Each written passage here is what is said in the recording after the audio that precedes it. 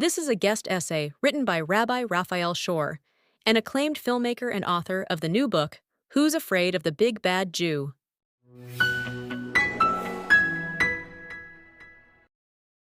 October 7th and its aftermath have been a horror for Jews, but I've come to realize that it also revealed something very positive. Forced to confront a painful new reality, Jews responded with deep awareness of being family. From all over the world and from very different backgrounds, Jews touched an intuitive inner sense that many did not even know that they had, and discovered a profound sense of connection with their people. Overnight, in the face of evil and the world's unmistakable double standards against the Jewish people, Jewish identity increased. The Jewish community rallied together in an overwhelming expression of shock, unity, and generosity. Jews gathered in Israel and all over the world with love and energy to volunteer, organize, and provide for those in need in Israel, whether it be emotional or material support. While it is sad that it took bloodshed and suffering to generate such Jewish brotherhood, it has been a beautiful development. This return home was not new. The Jewish people's enduring commitment to both our covenantal kinship and our mission inspired our forebears, nourished them, and made them amazingly resilient. That is why you are here as a Jew today. This resilience is strongest, not among those who fit in, but those who don't. It is gritty Jews who carry on after a civilization collapses, rather than sifting through the ashes and mourning the German culture of the Weimar era, the flowering of Spain's Golden Age, or the glory days among the gardens and temples of Greece and Rome. These are the Jews who keep going because they remember who they are, why they are here, and what their mission is. The Jewish mission is not limited to any single culture or time period. It is for all of humanity and transcends civilizations.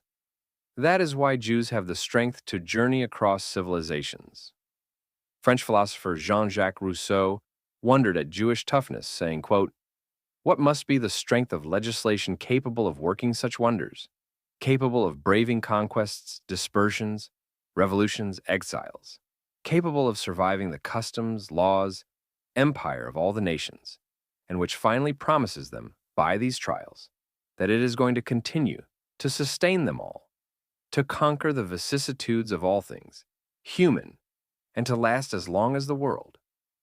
Jews endure because they have always been animated by a grand mission that is about a deep, spiritual tikkun olam, and being a light to the nations that includes but goes beyond the social justice, technology, or politics of any particular time or place. Civilizations rise and fall, mores and movements change, and the Jewish mission keeps its vision fixed on the eternal.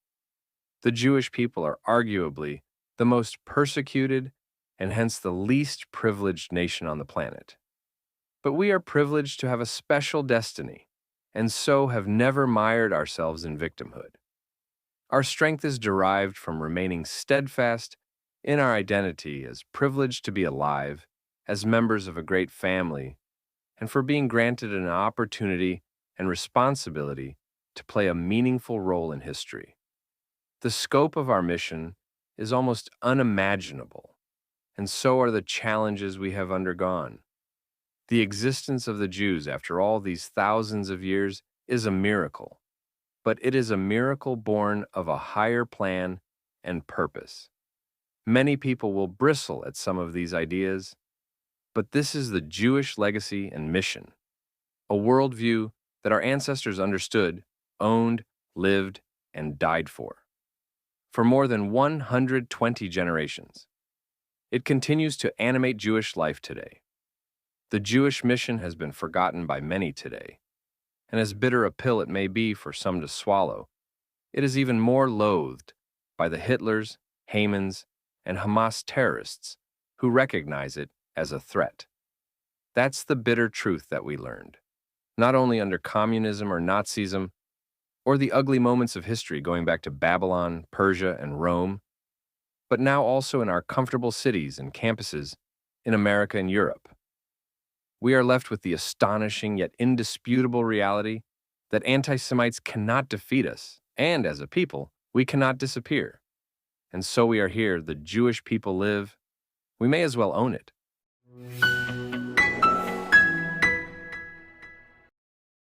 This revolution is our story. The struggle is all humanity's story. It is the playing field of every human life, the drama of human existence. The civilizational gifts of the Jews come in two varieties. There are the gifts of science, innovation, social change, and culture. And there are the spiritual gifts that have transformed the world. The intellectual, technological, and scientific impact of the Jews is truly remarkable. But these are all really just the fumes of the deeper impact that began more than 3,300 years ago. Zionist visionary Rabbi Abraham Isaac Kook clarified that the greatest Jewish gifts are those of the Spirit, the knowledge of God, wisdom, and moral truths that transcend technology and politics. He said, quote, Israel also has a richness of physical and technological resources, in line with other nations, but the knowledge of God is our specialty. Judaism's ultimate vision of tikkun olam is the perfection of the world that comes when all people connect to their souls and to God. Violence and oppression end, war ceases, and a world of love and peace becomes possible. Our story has been the hidden Jewish mission of building a spiritual empire in exile that was not seen, but it could not be broken. And now, in the closing chapters of our story, the Jewish people are meant to return to their land and create a holy national home based on that spiritual mission. We are just getting started on this, and admittedly have made mistakes and have a long way to go. But the vision is clear. Through the vehicle of a nation-state, with morality imbued in all of its national structures, government, legal system, economic model, army, social structures, and so on, our society will serve humanity as a symbol of love, peace, and spirituality. Being Jewish is not just about feeling proud of a country or celebrating a family member's achievements. It's more than a religion. It's a family and a way of life that encompasses peoplehood, nationhood, morality, ethics, spirituality, and purpose. It's who we are. There are many ways to express a deep connection with being Jewish. Through learning Torah, commitment to Israel, doing commandments, believing in or struggling with God, community involvement, and many other ways we will explore in the next chapter. It's not an all-or-nothing proposition. To be clear, I am not suggesting that everyone has to adopt all of these things to take their place among our people. Each person can find their unique way to connect and grow within our shared heritage. As author Ze'ev Magen wrote in his classic John Lennon and the Jews, quote, "Being a connected Jew has always meant being on fire. Sometimes we simmer softly over a low flame, other times we are all but consumed by a roaring conflagration. But we always burn. How could it be otherwise? Each generation imbibes thirstily from its predecessor, drinking down the bitter with the sweet. We have accumulated over the ages fuel reserves so vast, they make those of Saudi Arabia look like a grease stain. Each century that elapses in our fathomless history, every event we experience, ordeal we endure, feeds our eternal flame of Jewish passion in the present. We can die in a land of physical or spiritual exile, or be reborn in the promised land of our ancestors and our descendants. Let's stop defining ourselves by the haters. Let's stop defensively reacting with never again and focusing on mere survival, and instead learn about and love what makes us strong, what makes us great, and what our unique particular universal mission is. Today is an opportunity to step out of the shadows, get off the fence, and to step into your role as messenger with courage and conviction. I promise that in doing so, you can help heal the wounds of our collective past and chart a course toward a personal, Jewish, and human future brimming with hope, unity, and purpose. I invite you to embrace your identity fully and joyously, and to unlock the profound sense of meaning, purpose, and pleasure that comes with understanding your unique place in the world. Jewish history shows us that our enemies can destroy countless Jewish bodies. But just as the letters in Rabbi Hanina's burning Torah scroll flew to heaven, the Jewish people and the Jewish spirit will prevail. The Jewish people have traveled most of their journey, and the destination is in sight. The choice is in front of each of us. As Ze'ev Magan exhorted, quote, "We have to make the conscious and collective decision to gird our creative loins, to recover the guts and the confidence, the romance and the idealism. If we revive the fire and the fascination, the study and the practice, the passion and the love, if we come home to our people with the world in our backpacks and combine what we've learned with all that we are, then the Jews will again shine their light." Find yourself in the Jewish story. Discover the collective power of your community, engage more deeply with your heritage, and let it be your shield against adversity, empowering you to carry forward the torch of your people with pride and purpose. The late, great Rabbi Lord Sachs left this core teaching for his family, the Jewish people. Quote, "This, then, is our story, our gift to the next generation. I received it from my parents, and they from theirs, across great expanses of space and time. There's nothing quite like it. It still challenges the moral imagination of mankind. I want to say to my children, take it, cherish it, learn to understand and love it.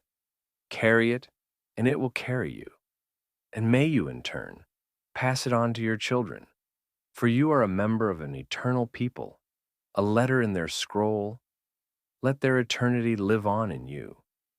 As for me, I simply love being part of a tiny world-changing family. I am so fortunate that I know my life matters, and I can make a difference in our people's wild adventure through history. I am also fortunate that I have been able to flip anti-Semitism on its head and filter out the negative noise that can easily weaken Jewish pride. What remains is the pure inspiration of being part of an incredible, warm, loving, caring, creative, and idealistic people. We are the most tenacious and resilient people who never lost hope in the optimistic plotline delivered to them 3,500 years ago. We never felt ourselves victims, and through it all, we have stayed resolute and happy, knowing that it's going to get really good soon. We Jews are compared to olives because sometimes the best of us come out when we're being crushed.